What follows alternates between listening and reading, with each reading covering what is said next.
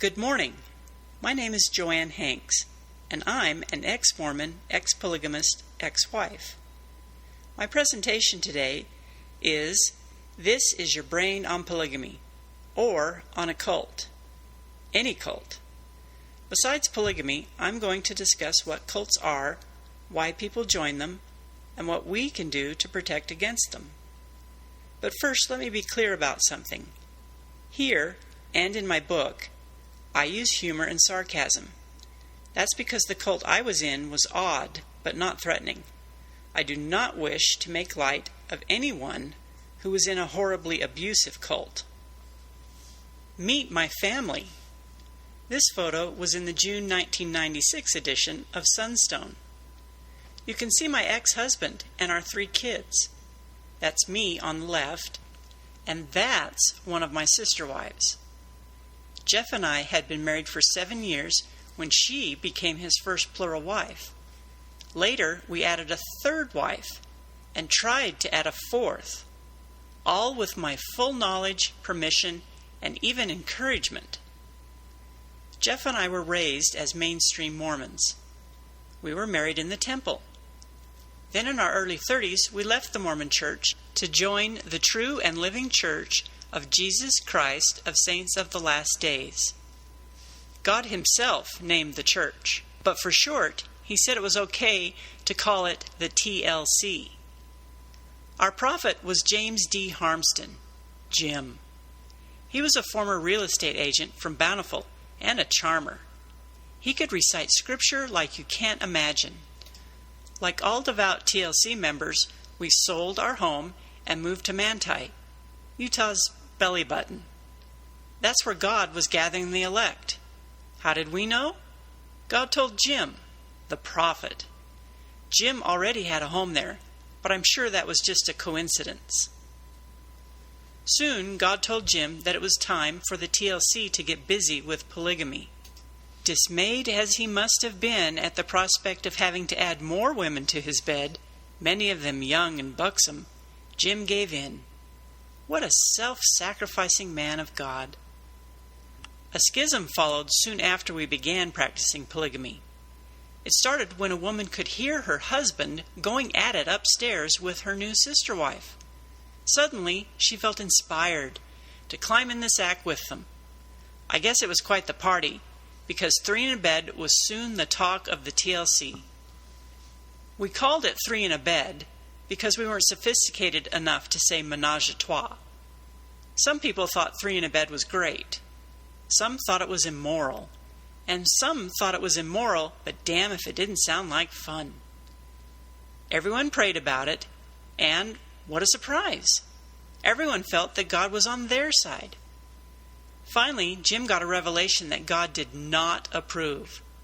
For those who liked threesomes, this meant that Jim was a fallen prophet. So they broke off and started their own church. For the rest of us, having a splinter group felt sort of validating. We felt more like a real church. For those of us who remained in the true church, God poured out revelations. Everyone received the most remarkable answers to prayers. One man in our group prayed when he went shopping to know which kind of cereal God wanted him to buy. And God always told him. I, for one, find that remarkable. I mean, do you really need God to tell you that Fruit Loops are great? Cereal is important, but what about socks? One of Harmston's wives, a teacher in our school, prayed each morning to know which socks God wanted her to wear. God never failed to tell her. You may find that strange, but this was more strange. We found out she was a convicted child molester, which meant that God, who told a man what cereal to buy and a woman what socks to wear, didn't tell his prophet not to marry a convicted child molester and not to let her teach school children. When it came to baptism for the dead, we one-upped the mainstream Mormon church. We didn't just baptize them, we held seances and talked with them. That way they could tell us if they wanted baptism. They never turned us down. We didn't call them seances because seances were of the devil. We called them prayer sessions. That made them okay. A lot of famous dead people were thrilled to hear from us and eager to be baptized. This included Abraham Lincoln, though I'll tell you, he had some splaining to do. We were peeved with him for not defending the early Mormons and for signing legislation banning polygamy. Of all the gall! But he apologized sweetly, and we just couldn't stay mad. Jim learned by revelation that many of us had lived prior lives as other people. This wasn't reincarnation, mind you. Reincarnation, too, was of the devil. We called it the doctrine of multiple mortal probations, which made it okay. It turned out that quite a few of us had been famous. Jim himself found out that in a prior life, he was none other than Joseph Smith. Before that, he was Martin Luther. And before that, the Holy Ghost. And before that, Jesus. Pretty soon everybody was finding out they'd once been somebody famous. In our family, we learned that my husband Jeff had been Oliver Cowdery. My sister wife found out that she was Queen Elizabeth I. It was hard enough getting her to help around the house. Now that she was the Queen of England, it was all but impossible. All the cool, famous dead women were taken by the time I got in on it. I had to settle for having been Mary Elizabeth Rollins Lightner, one of Joseph Smith's many, but not very remarkable, plural wives. We knew that God was going to put a protective dome over Manti to spare us the wars, pestilences, and calamities of the last days, which we knew were near. Jesus was going to kick off his second coming in, surprise, Manti. He would bring fire and destruction and burn all the wicked as stubble. The wicked, of course, meant everyone who wasn't in the TLC. We even knew what day the second coming was going to happen. March 25th, 2000. And were we ever excited? You see, after Jesus finished burning all the wicked, he was going to hand us the Manti Temple, which was rightfully ours anyway. Then we'd all sit down inside with Jesus and the heavenly host for the feast of the bridegroom. I was put in charge of decorating the tables. Not that we had any tables. We figured when the time came, we'd just take them from the local Mormon churches, since, being dead and all, they couldn't stop us. This slide is a little misleading. Jesus wasn't going to bring the food. We had to provide it. Some of the women rented a refrigerated truck, drove to the Costco in Orem, Utah, and loaded it with food. And some of us baked. I baked hundreds of cookies. Surely Jesus and the heavenly host would enjoy some cookies. You can't be a perfect being and not love cookies. A question arose as to how to bury the bodies of all the slain wicked people in Manti.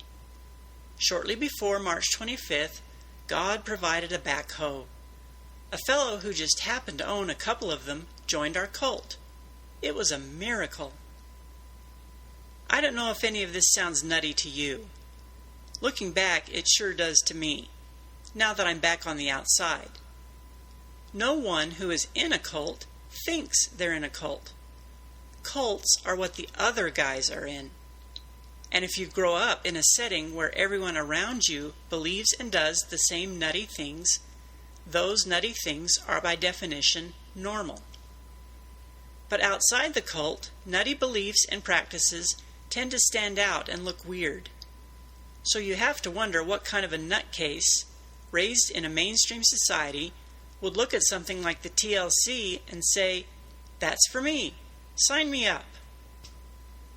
Take, for instance, the recovering nutcase addressing you now. I grew up mainstream Mormon.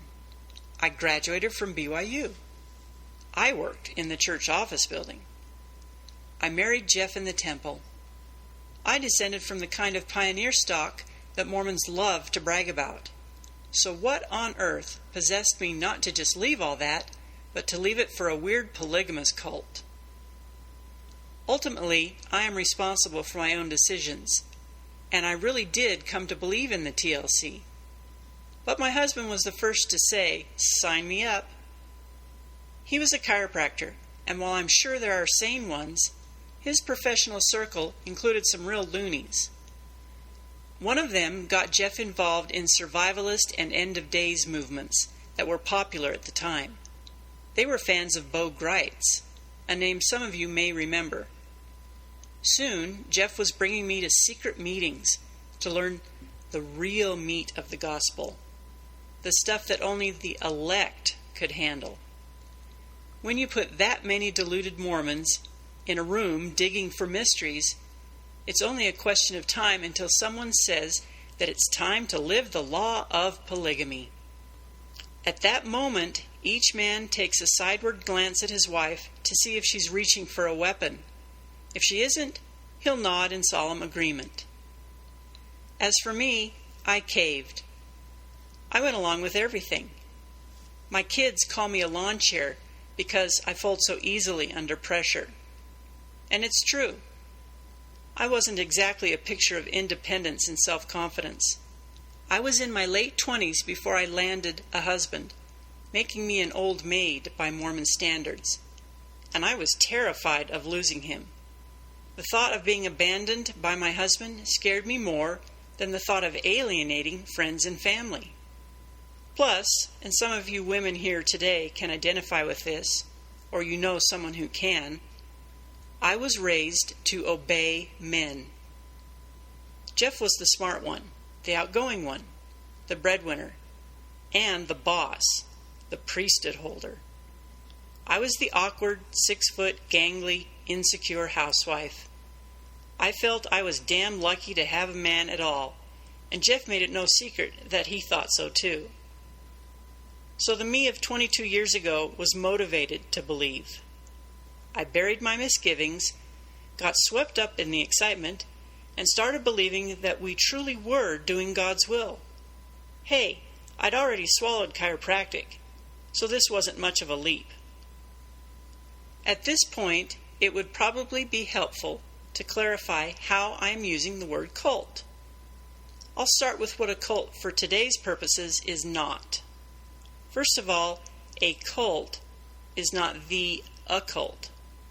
You can believe in the occult without belonging to a cult, and you can belong to a cult without believing in the occult.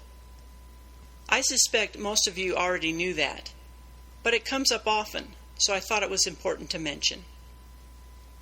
Some people call any small group a cult. That's pretty useless. By that definition, a sewing circle is a cult. Cultishness has nothing to do with group size. Cults come in all sizes, large and small. You'll also hear people talk about celebrities, products, or movements that have a so-called cult following. That's not what I'm talking about here either. If you're really into Apple products, wine tastings, Harley Davidson, or if you do anything for a chance to make out with Chris Pine, that might be called a cult following. Fine, but you're not in a cult. This one may surprise you. What a group believes is not what makes it a cult. 25% of Americans believe the sun circles the earth. That doesn't make them a cult. It makes them uninformed. Finally, whether you're dealing with a cult isn't always a yes or no question. So if we're not talking about the occult, group size, beliefs, or a yes or no question, what exactly makes a cult a cult? Here I'll defer to Dr. Stephen Novella, who is a clinical neurologist, assistant professor at Yale University School of Medicine, and president of the New England Skeptical Society. Novella points out that instead of thinking cult or not a cult, it's more useful to think in terms of a continuum. Some organizations are not at all cultish. Some, like the TLC, are way the heck cultish, and some fall somewhere in the middle. He also points out that it's not beliefs that make a cult, but certain behaviors, and how strictly those behaviors are practiced or enforced. Notice that's behaviors, plural. In other words, there's not just one continuum. In fact, there are many. But today, I'm going to focus on 6 of the most common ones. First, let's deal with the elephant in the room.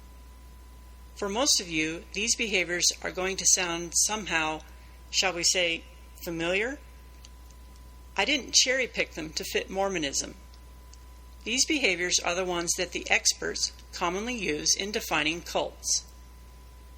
If you get too uncomfortable, remember that it's not just the behaviors, but how severely they're practiced or enforced. Your anal retentive neighbor's Mormonism may be one dilly of a cult, while your other neighbor's Mormonism is more like a social club. You may or may not think that Mormonism is a cult, but it has cultish aspects, and some of them helped make me more vulnerable when the extreme came along.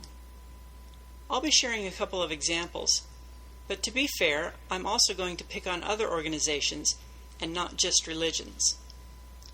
So here's cultish behavior number 1, strong central control. It's one thing to have a leader. Every group needs one. Businesses need a CEO, teams need a coach. A tour needs a tour guide. But in a cult, leadership reaches deeper and more broadly into your life. The authority may be vested in one person or in an exclusive group, and it dictates what you can and cannot do, to an absurd level of detail and intrusion. A cult leader may presume to dictate your thinking, your diet, your attire, your friends, what is and isn't true knowledge, what to do on certain days, weeks, months, or even years, what you're allowed to do with your privates and with whom, gender roles, marriage decisions, and more. Finally, and importantly, strict obedience is expected and enforced by physical or psychological means.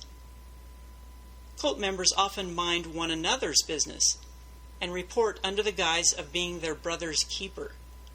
Outside of cults, this is called tattling. Inside the cult, it's a way of keeping everyone in line. In the TLC, the slightest misstep was immediately reported to Jim. After we announced our intention to leave, various of Harmston's wives would walk past our home, patrol-like, peering in our windows. Any members of the flock seen visiting with us were reported and called on the carpet. This touches on another control tactic, public shaming. Step out of line and you'll be shunned, disfellowshipped, excommunicated, denounced, forced to wear a scarlet letter, or publicly embarrassed in some other way. 1 week after we quit, but before we moved away, Harmston cursed us from the pulpit. He told his horrified congregation that we would become the seed of Cain. Most of you get the implication. And you can see for yourself just how well that so-called curse worked. Now, all organizations have rules.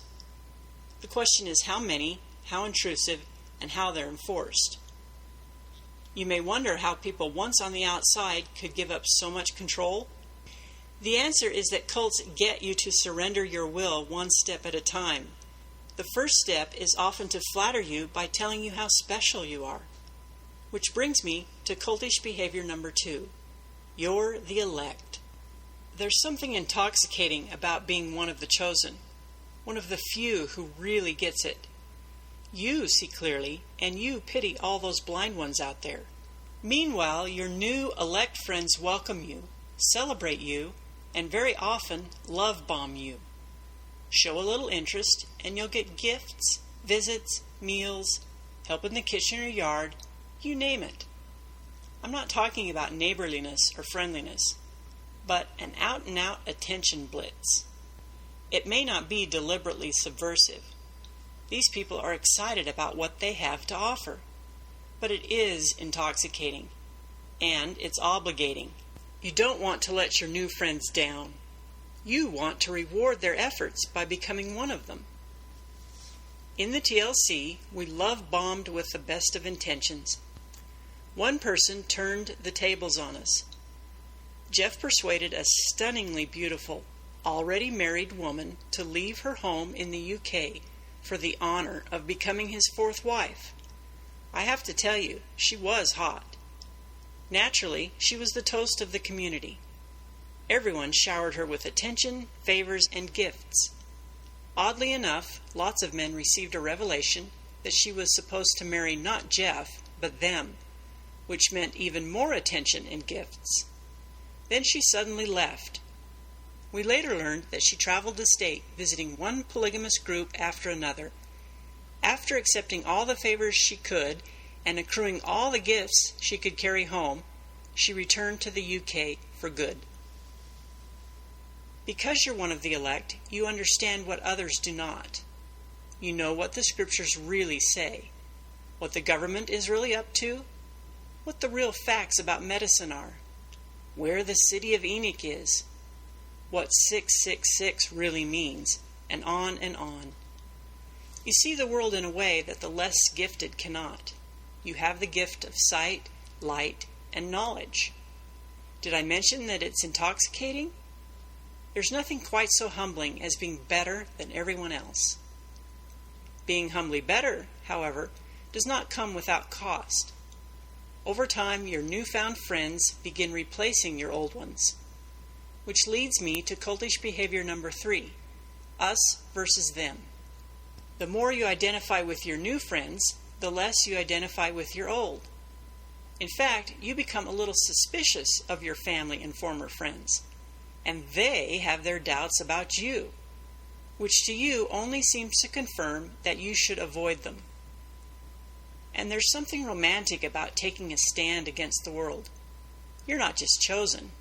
You're a warrior, a stalwart, a hero. You're standing up for truth and justice. As for those who just don't get it, whatever you do, don't listen to them. And for sure, don't let them influence you. The ultimate expression of us versus them is to isolate yourself. Some cults physically remove themselves from the rest of society so as not to be tainted. You'll recall that the TLC gathered to Manti. This got most of us away from former acquaintances. We were surrounded by mainstream Mormons, but we kept to ourselves, and you can bet the Mormons avoided us.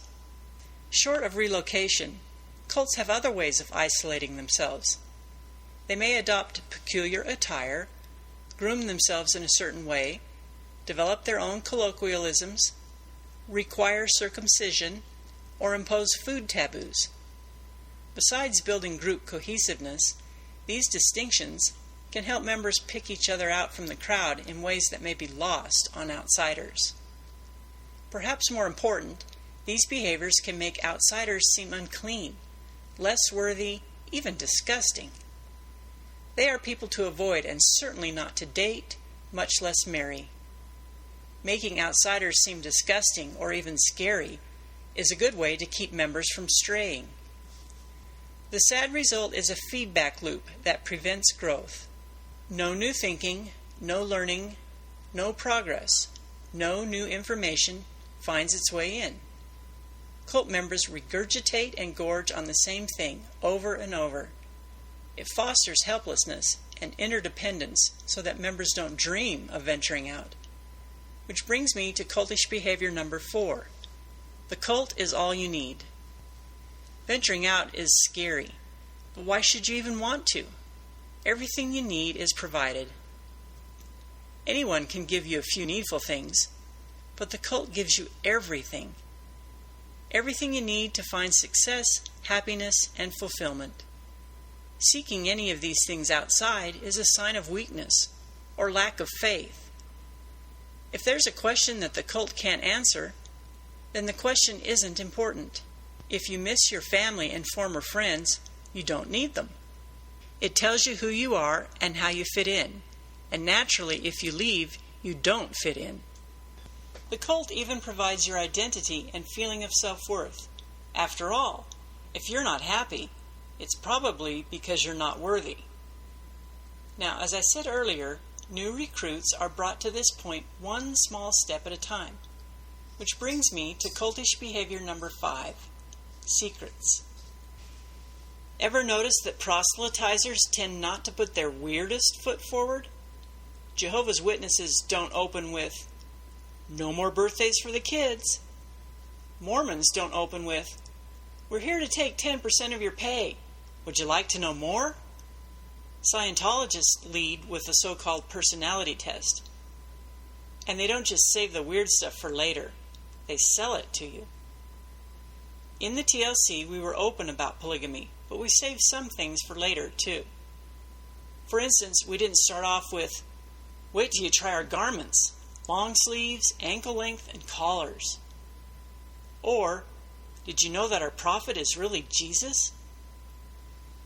Cults justify withholding information with the milk before meat thing. New recruits can only tolerate milk. They'll be introduced to more difficult concepts when they're better able to tolerate meat. And for some reason, when an authority figure says, "Leave that stuff alone because you're not ready for it yet," people buy it. They become complicit in their own indoctrination. I challenge you to find any other area of knowledge where leaders do that. Math teachers will tell you that you need algebra before going on to trigonometry, but they won't keep trigonometry a secret to protect your testimony of algebra.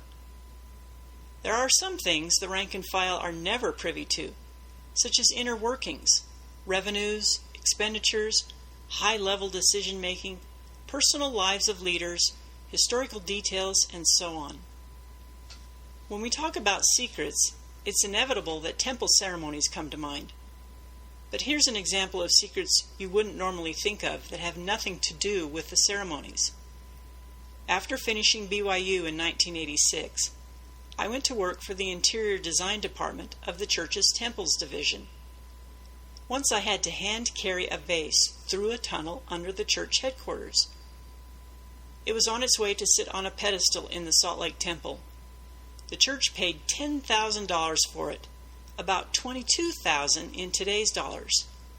I was terrified I'd drop it. And with the Denver temple soon to open, I was told to order, for the celestial room, a genuine Lalique crystal chandelier. It came all the way from Paris. The church paid $200,000 for it, about $500,000 in today's dollars. These were both secrets. I was told not to tell anyone that the church bought $200,000 chandeliers and $10,000 vases. And of course, to this day, my lips are sealed. Cultish behavior number 6. We weren't wrong. Sooner or later, a cult will mess up.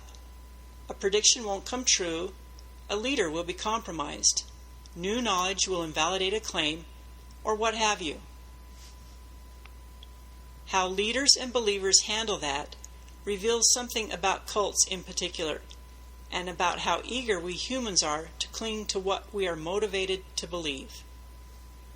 You may recall that the second coming was due on March 25, 2000. Well, we were ready. We prepared the feast. We put on temple clothes and gathered at the appointed time. We sang hymns, bore testimony, sang more hymns, bore more testimony, and so on for hours.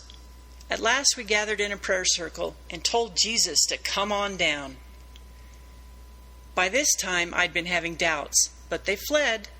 I expected the ceiling to open right up and for Jesus and the heavenly host to descend, burn the wicked, and thank me for the cookies. It happened. Jesus came. Sorry to have to break it to you this way, but every one of you was burned to a crisp at his coming. That being said, you may wonder why you're still here. That's where this fellow comes in. Social psychologist Leon Festinger studied doomsday cults. He wanted to see how they handled things when predicted disasters didn't happen. He found that most of them emerged even more convinced than before. How did they do it? First, they assumed they weren't wrong. They couldn't have been. So what happened? Casting about for an explanation that allows them not to have been wrong, cults tend to default to one or more of the following kinds of explanation. A popular explanation is that they had everything right except the timing. Remember evangelist Harold Camping? He predicted that Jesus was coming on May 21st, 2011. There were even billboards warning us. When May 21st came and went with no sign of Jesus, Camping said he'd just miscalculated. Jesus was coming on October 21st. Another explanation is that the prediction happened, but not in the way that was expected. Perhaps Jesus returned spiritually, not physically, or to heaven, not to earth. Among others, Jehovah's Witnesses and Seventh-day Adventists have used this when Armageddon didn't start on the predicted dates. Some scholars argue that early Christians used it. The Messiah came. It's just that he freed us from sin instead of from Rome. And finally, they may say that they weren't wrong and we should thank them. Why? Because thanks to their preaching, prayers, and steadfastness, God decided to give everyone on earth a little more time to repent. So, back to when Jesus came to Manti on March 25th, 2000. None of us noticed. How did we miss all the commotion? And why are all of you sitting here intact instead of in ashes? I didn't know about Festinger's work then, and Jim certainly didn't. But looking back, I now see that Jim resorted to a combination of all three explanations, with an added dash of Star Trek. But that's all I'm going to say. I'm not going to give away everything in the book. So, how cultish is a given group or organization? I say take those 6 traits, plot them on a continuum, and see what kind of overall score you come up with. We've talked about what cults are, how they lure you in one step at a time, and how they hold you. You may think these things don't apply to you or to most people you know. I beg to differ. People surrender their will, thinking, money, time, relationships, and even health in varying degrees all the time. At the risk of making some of you mad, if I haven't already, here are some examples. I won't go so far as to say that everything pictured here is a full-blown cult, but each has cultish attributes to some degree. Us versus them. Those who don't see it your way are blind, or maybe even subversive or evil. Follow them and you will be happy and fulfilled. And they're never wrong, or at least never wrong in a way that matters. The fact is, there's a lot of baloney out there, and there's always a way to dress it up so that someone will buy it. That's because every human brain comes with an off switch. This is an actual X-ray showing the switch. Admit it. You, I, everybody has one of those switches. And sometimes we set it to off. Sometimes we let someone else set it to off for us. Notice that little hole right there? That hole baffled neurologists for years. Turns out that's where you insert the baloney funnel. Now, a lot of the time when we set the switch to off, it's harmless. If you really think it'll help your team win, fine. Go ahead and yell at the TV. You're not hurting anything. It's another matter when switching to the off position leads us to surrender our time, money, or will. It was July 2000 that we came to our senses and left the TLC. Since then, I've spent some time looking into what makes people into cult bait. I'm no mental health professional, but as a recovering cult victim, I was surprised to learn the many ways in which we unwittingly pressure ourselves and others to set the switch to off. So if you want to become cult bait, or to raise your kids to be cult bait, then the next few minutes are for you. I'm going to give you 11 popular ways of setting the switch to off. Number 1, learn to live with cognitive dissonance. Cognitive dissonance is what you experience when you come face to face with what contradicts what you think you know. I grew up knowing that the Earth is 6,000 years old, and also 4.5 billion years old. that God always answers prayers, but not to worry when He doesn't answer mine. That a leader isn't wrong when his opinion is wrong, and so on. So when the TLC's prophet made statements that didn't add up, or predictions that didn't happen, I already knew how to live with it. Number 2, don't allow questions. There are lots of ways to disallow them. You don't need to know that right now is a good one. But what's really effective is the shaming thing. How dare you ask me that? Or, how dare you ask me that? There's also, I can't believe you don't trust me. When things in the TLC didn't add up, and there were a lot, I'd been trained not to ask about them. Number 3, stress obedience and trust. It's no coincidence that this one follows don't allow questions. The real test isn't what you know, it's how willing you are to follow someone who knows what's best for you. Number 4, don't trust your head. This one is big. A cultish hallmark is to tell you to quit thinking. Science, evidence, testing, and logic may be fine for heart surgery, but that's no way to go about learning anything important. Sure, emotions are fickle, and they often lead you astray, but trust them. Number 5, make excuses. Your psychic didn't get anything right? Electromagnetic waves must have interfered. No evidence of the Exodus? Pharaoh must have destroyed it all, which proves it happened. Just like no witnesses saying that 9/11 was an inside job proves that there was a cover-up. Number 6, let others tell you what happiness is. That way, when you're doing everything they tell you to do, you can say yes when someone asks you if you're happy. Number 7, allow no negative talk. The moment one of your kids says something bad about a playmate, teacher, or relative, jump right in with, if you can't say something nice, don't say anything at all. That way, everyone can learn to pretend that nothing is ever amiss or that anything doesn't add up.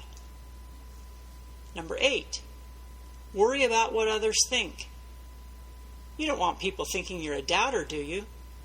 You have to be an example. And you don't want people thinking you don't like them. You may not, but you don't want them to think it. And even if you disagree with them, you don't want them thinking that you do. Number 9, don't worry about what others think. Let the world think you and your new friends are crazy. You have the truth. After all, people thought Galileo was crazy. If you really want to sound fair-minded, you can say something like, if I didn't know what I know, and if I were in your shoes listening to me, I'd think I was crazy too. Never mind how revealing that statement is, or should be. Number 10, the only explanation you can think of is right. If you can't imagine any other way that the fortune cookie knew you were about to meet a stranger or go on a trip, it doesn't mean your imagination is limited. It means that the universe guided that fortune cookie to your hands. And number 11, don't do your homework. Research will just confuse you. And don't seek expert opinions, because experts are shills for big pharma, big medicine, big government, big oil, big whatever. And do not learn how to spot common logical fallacies.